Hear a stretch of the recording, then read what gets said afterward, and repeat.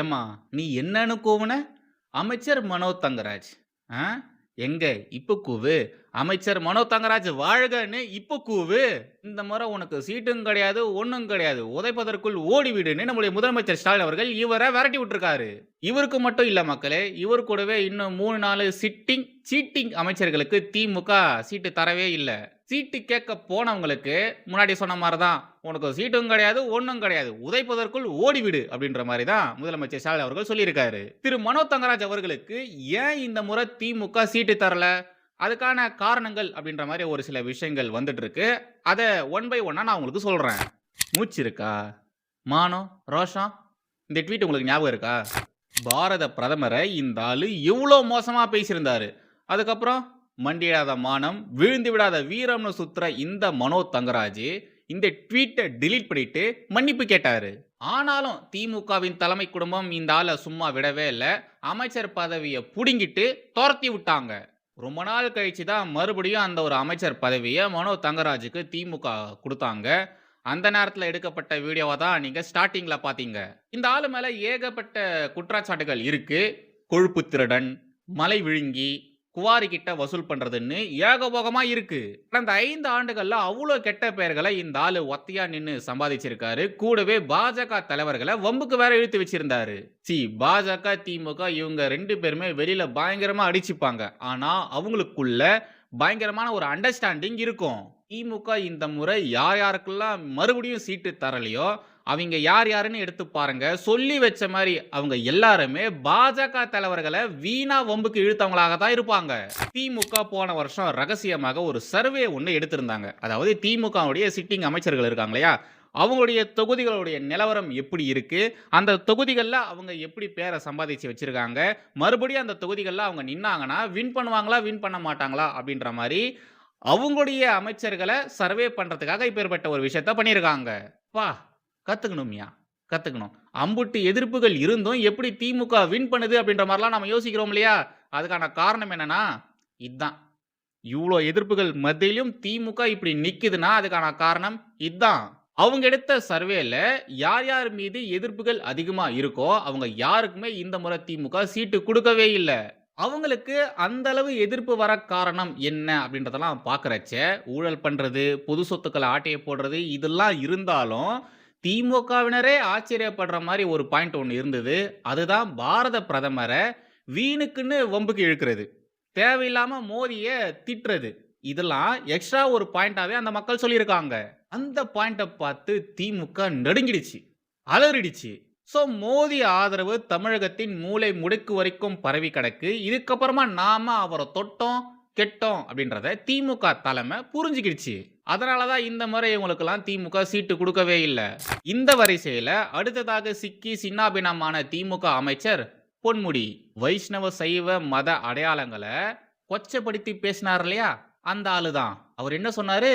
நின்னா 5 படுத்தா 10. பட்டைக்கும் நாமத்துக்கும் அவ்வளோ கேவலமான ஒரு டெஃபினேஷன் கொடுத்துருந்தாரு. அதுவும் பப்ளிக்ல பெண்கள் முன்னிலையில அவ்வளோ அருவருப்பா கொச்சையா பேசியிருந்தாரு.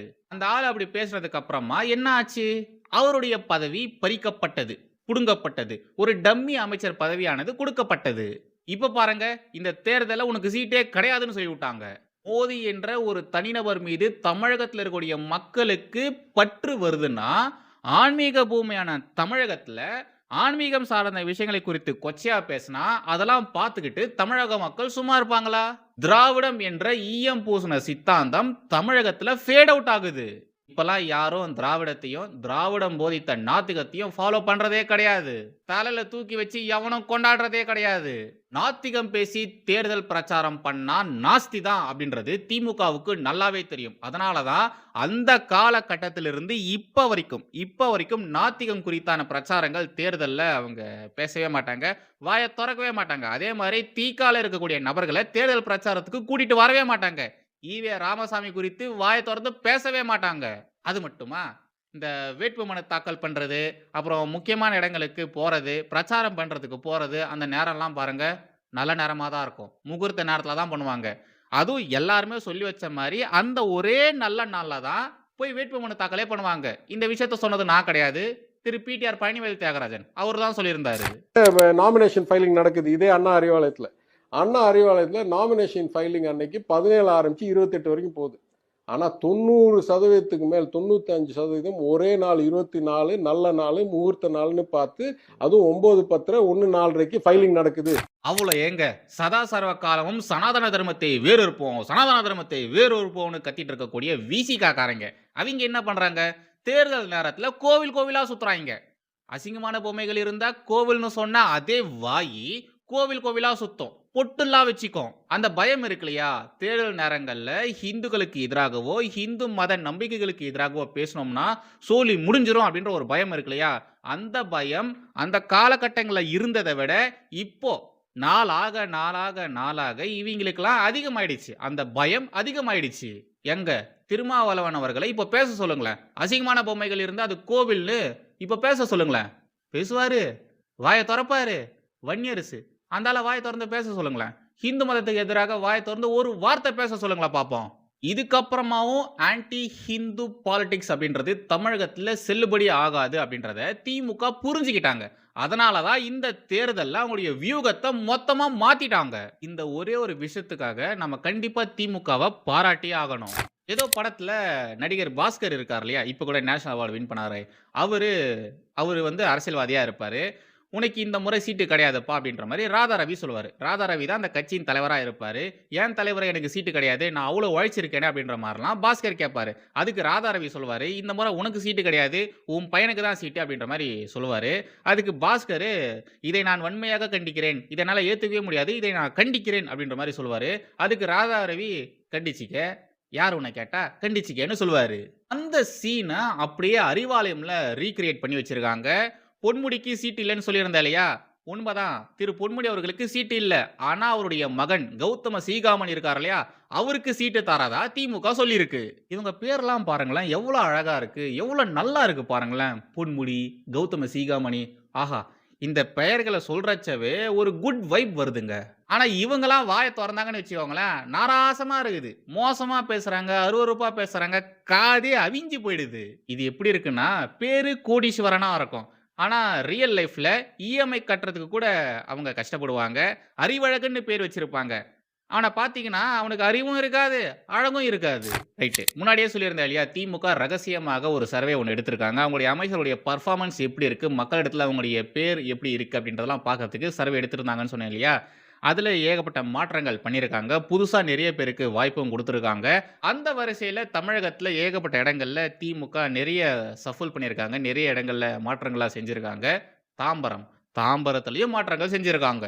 தாம்பரம்ல திமுக எம்எல்ஏவா இருக்கிறவரு எஸ்.ஆர். ராஜா அப்படின்றவர். அவரு 4 முறை போட்டிட்டு 3 முறை வின் பண்ணியிருக்காரு. திமுக சார்பா போட்டிட்டு வின் பண்ணியிருக்காரு.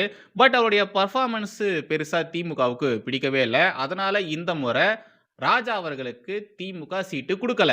உட்கட்சி பஞ்சாயத்திலிருந்து திரும்புற பக்கமெல்லாம் இவர் ஏகப்பட்ட வம்பு தும்புகளை பண்ணி வச்சிருக்காரு. எல்லாருக்கிட்டுமே வம்பு செஞ்சு வச்சிருக்காரு அப்படின்ற மாதிரி சில பேர்லாம் சொல்லியிருக்காங்க.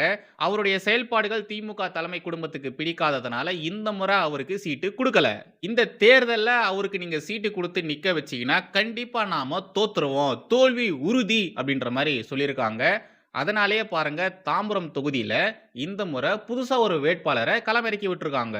அமைச்சர் மனோ தங்கராஜ் பொன்முடி வரிசையில அமைச்சர் காந்தி மற்றும் கயல்விழி செல்வராஜ், எஸ், அவங்களுக்கும் பாத்தீங்கன்னா இந்த முறை சீட்டு கொடுக்கல. சீட்டெல்லாம் தர முடியாது, ஓடிப்போ அப்படின்ற மாதிரி ஸ்டாலின் சொல்லியிருக்காரு. இதுல அமைச்சர் காந்தி அவர்களுக்கு ஏன் சீட்டு கொடுக்கல அப்படின்ற மாதிரிலாம் சொல்றாங்கன்னா, ஒரு சில தினங்களுக்கு முன்னாடி மனுஷன் என்ன பண்ணிக்கிறாரு, ஏதோ ஒரு இடத்துல பேசும்போது பாவம் செஞ்சவங்களுக்கு தான் ஆண் குழந்தை பிறக்கும் அப்படின்ற மாதிரி சொல்லியிருந்தாரு. அந்த விஷயமானது பயங்கரமான சர்ச்சையை வேற ஏற்படுத்திடுச்சு. அது மட்டும் இல்லாம திமுக பொதுக்கூட்டங்கள்ல அசிங்க அசிங்கமா வேற பேசியிருந்தாரு. அதெல்லாம் கூட பயங்கரமா வைரல் ஆச்சு. இவரு தான் இப்படி பண்றாருன்னு பார்த்தா இவருடைய மனைவி இருக்காங்க இல்லையா, அவங்க என்ன பண்ணியிருக்காங்க, ராணிப்பேட்டையில லேடிஸ் கிளப் ஹவுஸ் ஒன்று இருந்திருக்கு. அந்த இடத்த ஆட்டைய போட்டு அங்க மனவளர்ச்சி குன்றிய குழந்தைகளுக்கான பள்ளிக்கூடத்தை நடத்திட்டு வந்திருக்காங்க. அதுவும் மிகப்பெரிய சர்ச்சையை ஏற்படுத்திடுச்சு. இது மாதிரி தொடர்ந்து அவர் மீது ஏகப்பட்ட குற்றச்சாட்டுகள் வந்துட்டே இருந்ததுனால முதலமைச்சர் ஸ்டாலின் அவர்களுக்கு அதிருப்தி ஏற்பட்டிருக்கு. உன் செயல்பாடுகள் சுத்தமா சரியில்லை, நீ பண்ற காரியத்தினால நீ தோக்குறது மட்டும் இல்லாம திமுகவும் தோக்குற மாதிரி இருக்கு, எங்களுக்கும் கெட்ட பேர் வந்துட்டு இருக்கு, அதனால உனக்கு சீட்டு தர முடியாது அப்படின்ற மாதிரி சொல்லி விட்டுருக்காரு. சீட்டு கிடையாது, ஒண்ணும் கிடையாது. உதைப்பதற்குள் ஓடி விடுன்னு சொல்லி விட்டுருக்காரு. அண்ட் ஒரு சில அமைச்சர்களுக்கு மறுபடியும் திமுக இந்த தேர்தல்ல போட்டியிடுறதுக்கு டிக்கெட் குடுத்திருக்கு. அத பத்தியும் நாம பேசியே ஆகணும். உதயநிதி ஸ்டாலின், சேகர் பாபு, மா சுப்பிரமணியன் போன்ற சில முக்கியமான திமுக அமைச்சர்களுக்கு மறுபடியும் ஒரு வாய்ப்பை திமுக தலைமை குடும்பம் குடுத்திருக்கு. அதே மாரி சில மேயர்களுக்கு வாய்ப்புகளும் வழங்கியிருக்காங்க. ஆனா சென்னை மேயர் பிரியா இருக்காங்க இல்லையா? அவங்களுக்கு இந்த முறை வாய்ப்பு மறுக்கப்பட்டிருக்கு. அவங்களுக்கு ஏன் வாய்ப்பு மறுத்தாங்க அப்படின்றதெல்லாம் நான் சொல்லி தான் உங்களுக்கு தெரியணும் அப்படின்ற அவசியம்லாம் ஒண்ணும் இல்ல. உங்களுக்கே அவங்கள பத்தி தெரிஞ்சிருக்கும். ரைட். கடைசியாக சன் நியூஸ்ல வேலை பார்க்குற குணா மாமா இருக்கார் இல்லையா? அவர் பண்ண ஒரு கேடுகெட்ட காரியத்த பார்த்துட்டு, அதுக்காகவே அவர ஊடு கட்டி போட்டு பொளந்துட்டு இந்த வீடியோவ முடிச்சுக்கலாம். திமுக எப்படி அவங்களுடைய வேட்பாளர்கள் பட்டியல அறிவிச்சாங்களோ, அதே மாரி தாவேக அவங்களுடைய முதல் கட்ட வேட்பாளர் பட்டியல அறிவிச்சிருந்தாங்க. அந்த ஒரு விஷயத்த இந்த குணா மாமா, சன் நியூஸ்ல வேலை பார்க்குற குணா மாமா எப்படி நியூஸ் கார்டா போட்டிருக்கா அப்படின்றத பாருங்க. தாவேகா முதல் வேட்பாளர் பட்டியலில் நடந்த ருசிகரம் இந்த விஷயம் முக்கியமானது. சாமிநாதன் இவரு பாஜகவுடைய முன்னாள் எம்எல்ஏவாம். அதாவது பாஜகலிருந்து தாவேகால வந்து சீட்டு வாங்கியிருக்காரு அப்படின்ற மாதிரி இதுல போட்டிருக்கானுங்க. அப்புறம் அசானா அப்படின்றவர் இவர் அதிமுகலிருந்து தாவேகாக்கு வந்திருக்காரு அப்படின்ற மாதிரி சொல்லியிருக்கானுங்க. சாய் சரவணன் குமார் இவர் பாஜகல இருந்தாராம். பாஜகவின் முன்னாள் அமைச்சரா இருந்தாராம். இப்ப தாவேகால வந்திருக்காரு அப்படின்ற மாதிரி சொல்றானுங்க. அப்புறம் ராமு இவர் பாஜகல இருந்தவர். பாஜகல இருந்து இப்ப தாவேகாக்கு வந்திருக்காரு அப்படின்ற மாதிரி சொல்லியிருக்கானுங்க. அப்புறம் பிரகாஷ்குமார், பெரியசாமி இவங்கலாம் இதுக்கு முன்னாடி வேற ஒரு கட்சியில இருந்தாங்க. இப்போ தாவேகால வந்து சேர்ந்திருக்காங்க. பாருங்க இவங்களுடைய முதல் வேட்பாளர் பட்டியல்ல இப்பேற்பட்ட ருசிகரமான சம்பவங்கள் நடந்திருக்கு அப்படின்ற மாதிரி குணா மாமா சொல்றாரு. ஓகேவா? இப்போ திமுகவுடைய வேட்பாளர்களை இதே சன் நியூஸ்ல குணா மாமா எப்படி நியூஸ் கார்டா போட்டிருக்காரு அப்படின்றத பாருங்க. யார் எங்கு போட்டி? ஓ பன்னீர்செல்வம், பெரிய கருப்பன், ராஜகண்ணப்பன், அப்பாவு, மனோஜ் பாண்டியன், மெய்யநாதன், KKSSR, வைத்தியலிங்கம், ரகுபதி. குணா மாமா இவங்கெல்லாம் யாரு மாமா? சொல்லுங்க மாமா. இவங்க எல்லாருமே இதுக்கு முன்னாடி எந்த கட்சியில இருந்தாங்க மாமா? அந்த ருசிகரம் அப்படின்றது ஏன் இந்த இடத்துல நீ போடவே இல்ல? தாவேகாவில் இருந்த ருசிகரத்தை பாருங்கள்னு சொன்னியே, திமுகல இருக்கிற ருசிகரத்தையும் காட்ட வேண்டியதானே? ஓ பன்னீர்செல்வம் அவர் எந்த கட்சியை சேர்ந்தவர்? எங்கிருந்து எங்க வந்திருக்காரு? சொல்ல. பெரிய கருப்பன் அவர்கள், ராஜகண்ணப்பன் அவர்கள், அப்பாவு அவரு கருணாநிதி அவர்களை குறித்து என்னெல்லாம் பேசியிருந்தாரு.